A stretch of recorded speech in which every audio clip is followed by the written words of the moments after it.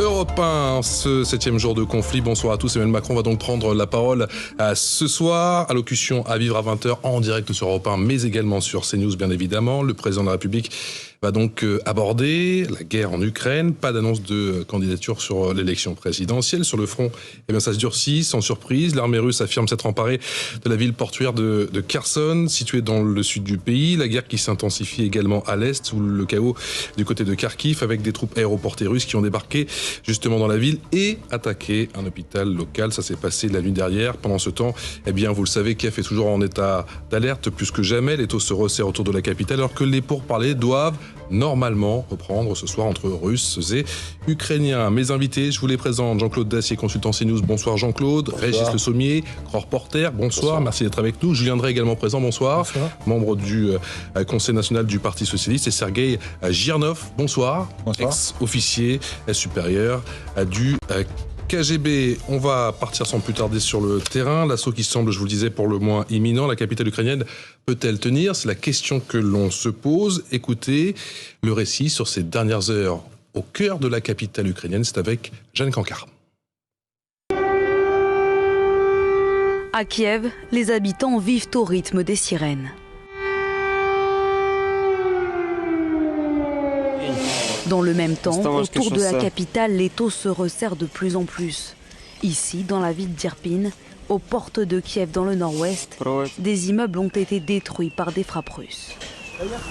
Face à l'avancée de ces offensives, l'affrontement à l'intérieur même de la capitale semble inévitable pour le maire de Kiev. L'ennemi rapproche ses troupes de la capitale. Bilatserkva a été bombardée la nuit dernière.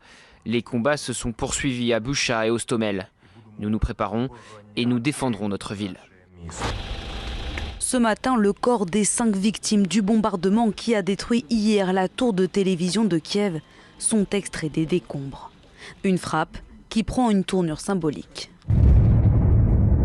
Tout près de la tour de télévision se trouve le mémorial d'un massacre nazi lors duquel 34 juifs ont été tués en 2 jours. Un acte qui en dit long sur la volonté des soldats russes, selon le président Zelensky. Ils ont ordre d'effacer notre histoire, d'effacer notre pays, de nous effacer tous. Le président ukrainien appelle les juifs du monde entier à ne pas rester silencieux et à dénoncer le meurtre de civils. Régis Le Sommier, grand reporter, est-ce que Kiev est promise au même sort que Kharkiv? Mais je pense que ni l'une ni l'autre ne sont promis à un sort de destruction. Je pense que ce qui est en train de se passer, on est toujours dans une phase militaire. On est toujours dans une phase où les frappes auxquelles on assiste, notamment dans le centre-ville, ce qu'on a vu dans le centre-ville de Kharkiv, avec cet immeuble, qui est un immeuble qui abrite un commissariat de police. Enfin, il y a où un rôle, vous savez, que dans l'Union soviétique, on appelait ça les organes. Ces immeubles, ces grands immeubles du centre-ville, c'est des immeubles qui peuvent abriter des centres de commandement, qui peuvent abriter des... Voilà, donc on est toujours dans des frappes qui sont ciblées sur des objectifs militaires. Moi, je parle. Qui font des morts. Oui, qui font des morts, parce qu'évidemment, il y a ce qu'on appelle des frappes, du collatéral, des gens qui sont dans la rue. Des dommages collatéraux. L'histoire de la tour de télévision, je l'ai déjà dit. La tour de télévision, la télé ukrainienne hier. Souvenez-vous l'époque des bombardements sur Belgrade et de la Serbie. Le premier objectif, ça avait été d'anéantir la tour de télévision, parce que d'ailleurs, les Russes le font tard. Supprimer les communications de l'adversaire, ça fait partie. Ça me surprend qu'ils l'aient pas fait avant. Et ils l'ont fait d'ailleurs. Surtout que ça n'a pas forcément marché. Du coup, ils ont bombardé effectivement ce bâtiment. Je rappelle qu'il y a eu au moins 5 morts et que toutes les communications n'ont pas été effectivement coupées. Non, mais les Russes sont quand même des experts en informatique et donc ils savent. Je pense qu'il y a aussi des manières de brouiller aussi les réseaux. Et donc il y a une guerre informationnelle qui se fait. Il y a une guerre au niveau du hacking aussi, au niveau de la cybersécurité, avec de part et d'autre des experts et des manières de contrer. Mais en tout cas, voilà, la tour de télévision, c'est une manière de couper les moyens de communication d'une partie ou de la partie qui est assiégée. Maintenant que les villes soient assiégées, elles vont l'être, c'est certain. Sinon, je pense que les Russes auraient attaqué plus tôt. Ils ont fait des incursions dans le cœur de Kharkiv et puis ils se sont rendus compte qu'il y avait quand même une certaine résistance. Une armée qui est en marche, une armée armée qui envahit, évite les villes. Hitler, en 1941, ordonne à ses soldats de ne pas pénétrer à Leningrad parce que il ne veut pas perdre d'hommes, il ne veut pas faire trop d'hommes à envahir la ville. Donc du coup, il va l'assiéger pendant 3 ans.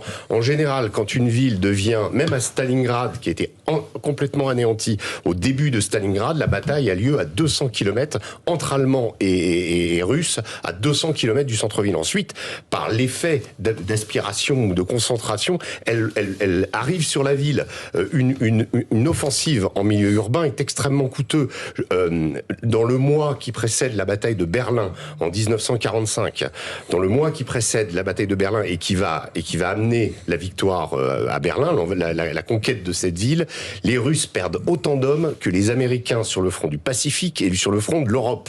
200 000 morts juste pour conquérir Berlin. Donc le coût humain pour conquérir une ville est énorme. Et on sait que les Ukrainiens disposent de matériel, notamment d'ATGM, anti-chars, de missiles Stinger, d'obusiers. Donc ils ont du matériel qui n'est pas de l'artillerie lourde. Ils n'ont plus le contrôle de l'aérien non plus.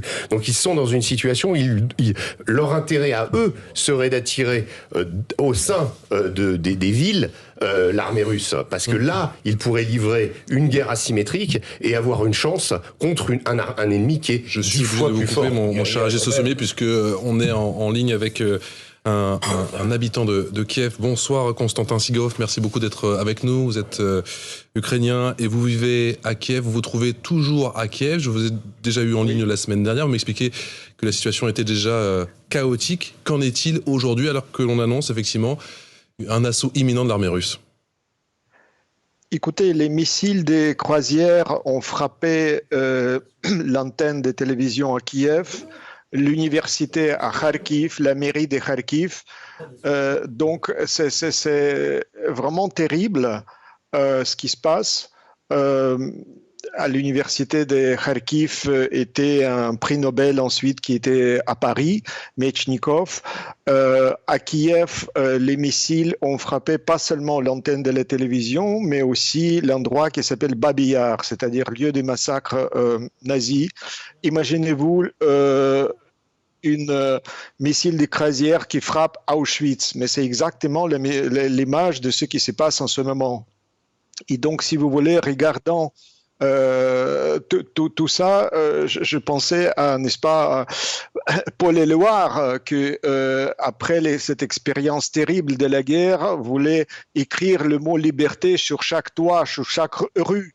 Il disait que le pouvoir d'un mot, je recommence ma vie, je suis né pour te connaître et pour te nommer liberté. Donc liberté de Kiev et liberté d'Ukraine, je crois, doit être, à mon avis, au centre de l'intention de tous les Européens. Est-ce que vous trouvez encore dans le centre de Kiev, Constantin Sigov? Et si oui, est-ce que vous avez pensé à fuir? Non, si vous voulez, je n'ai pas intention de fuir. Mes collègues et mes amis sont nombreux. Au contraire, je connais les gens qui rentrent à Kiev après avoir accompagné leur famille à l'ouest du pays. Et donc, je crois qu'il y a une volonté de défendre Kiev. Et la défense de Kiev va être l'enjeu absolument capital les prochains jours, les prochaines nuits, cette nuit par exemple. Et je crois que on est invité à entendre les voix de la France comme Camus, par exemple, qui disait que l'alternative véritable de l'Europe, depuis toujours en fait, c'est la liberté ou barbarie. Il disait ça à propos de l'invasion des troupes russes en Hongrie en 1956, mais c'est exactement aujourd'hui le cas. Soit on défend notre liberté, soit la barbarie arrive aux frontières de l'Union européenne. Que disent les médias ukrainiens en ce moment et vous attendez à quel scénario? Écoutez, on redoute le pire parce que nous connaissons que le but du tyran est Kiev et toute l'Ukraine en fait. Et ensuite, en fait, il ne va pas s'arrêter en Ukraine. Je crois que les pays baltes sont exposés. La Pologne, l'ancien rival, n'est-ce pas? Et donc, si vous voulez, il y a aussi un danger, à mon avis, de chaque jour, en fait, de chaque nuit, danger d'explosion des stations atomiques. Vous savez que la station de Tchernobyl est prise et je crois déjà on a des signes très mauvais en matière d'écologie. Donc c'est aussi quand même une catastrophe qui guette tout le continent, encore une fois, pas seulement l'Ukraine. Est-ce que les pénuries guettent la ville de Kiev? Non, ce n'est pas le cas. Au contraire, on invite à tenir ouvertes les pharmacies. On a le nécessaire. De ce point de vue, là, nous avons les forces et finalement, c'est la période de la carême. Donc, c'est pas ça qui représente danger. Simplement, l'Ukraine a déjà perdu plus que 2000 civils. Des dizaines d'enfants étaient tués par l'armée russe, alors que Poutine, il a perdu déjà presque 8000 soldats russes, mais il cache les chiffres. Kremlin ne dit rien, comme toujours, il cache la vérité. Tout le temps, nous entendons les mensonges. Donc, à vrai dire, c'est très important maintenant de faire une pression encore plus prononcée du côté d'Occident. Merci beaucoup, Constantin Sighoff. Merci encore pour votre témoignage. Merci d'avoir pris le temps et le risque de nous parler ce soir pour cette édition spéciale sur CNews et sur Europe 1. Julien Drey. Oui. Merci. Oui. Vous n'y croyez pas, vous, du coup, à cet assaut? Non, je pense que... Je voulais tous un petit peu dubitatif, effectivement, concernant cet assaut. Si vous me permettez, je pense qu'on est dans une confusion idéologique qui est en train de s'installer. On n'a pas fait ce qu'il fallait avant, notamment parce que les Américains eux-mêmes avaient déclaré qu'ils ne viendraient pas aider les Ukrainiens. C'est qui, Julien Drey? Le monde occidental. D'accord. Et l'Europe. Et les États-Unis. Puis maintenant, on essaye de se racheter une conscience en faisant de la surenchère. Un peu comme, vous savez, quand Astérix sort du village et que tous les citoyens du village veulent se faire en romain. Et donc, on en rajoute dans des déclarations qui n'ont aucun sens. Je pense, par exemple, la présidente de l'Union européenne qui annonce qu'on va acheter des avions. On les a même pas.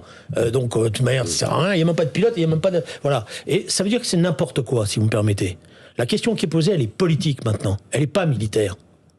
Et c'est l'Europe qui doit prendre ses responsabilités sur le plan politique. Il faut repartir des accords de Minsk, qui étaient des bons accords, qui n'ont pas été appliqués et auxquels l'Europe n'a pas porté l'attention qu'il fallait pour les faire appliquer. Les Américains, s'ingéniant par ailleurs, par derrière, à les saboter. Ça veut dire qu'aujourd'hui, il faut ouvrir une solution politique. Et si on n'ouvre pas de solution politique, on va rentrer dans un conflit qui deviendra à un moment donné inextricable. Et on ne saura pas s'en sortir. Parce que moi, je suis totalement d'accord avec Régis, pour avoir suivi d'autres conflits, notamment en Syrie. Pour l'instant, les Russes, ils mettent la pression, et la pression elle est terrible, il y a des pertes humaines considérables, mais on n'est pas dans la tactique russe des orgues de Staline de destruction massive. Ils peuvent le faire, il ne faut pas croire qu'ils ne peuvent pas le faire, qu'ils ont des problèmes d'essence ou des choses comme ça. Pour l'instant, ils mettent le convoi de 60 km aux abords de Kiev, il est là pour dire, voyez, on a la possibilité d'aller plus loin. Évidemment. Attention, donc maintenant la question elle est politique, et j'attends que le président de la République ce soir ouvre, parce que c'est la responsabilité de la France, ouvre cette voie. Ça veut dire quoi? Ça veut dire qu'il y a deux personnes, parce que là j'entends des gadgets, il y a deux personnes qui ont négocié les accords de Minsk, et qui avaient justement abouti à un accord qui est reconnu par tout le monde. C'est Angela Merkel et François Hollande. Ils doivent partir renégocier, parce qu'ils connaissent les choses, ils doivent partir de là, et je pense que s'il n'y a pas de solution politique, si on est dans la surenchère, on va dire et faire n'importe quoi.